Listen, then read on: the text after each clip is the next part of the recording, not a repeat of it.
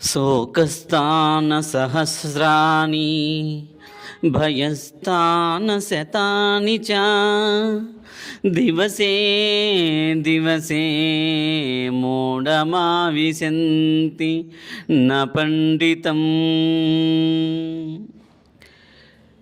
శోకస్థాన సహస్రాణి శతస్థాన భయాని చ దివసే దివసే మూఢమావిశంతి న పండితం.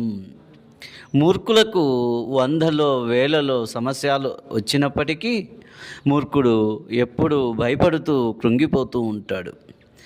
అది పండితుడైతే మాత్రం వందల వేల సమస్యలు వచ్చినప్పటికీ కూడా ఏ మాత్రం తడబడకుండా తన జ్ఞానంతో ప్రతిభతో జయిస్తాడు. కనుక మూర్ఖునిలాగా ఉండకూడదు, పండితునిలాగా ఉండాలి. నా ఛానల్ను లైక్ చేసి సబ్స్క్రైబ్ చేయండి.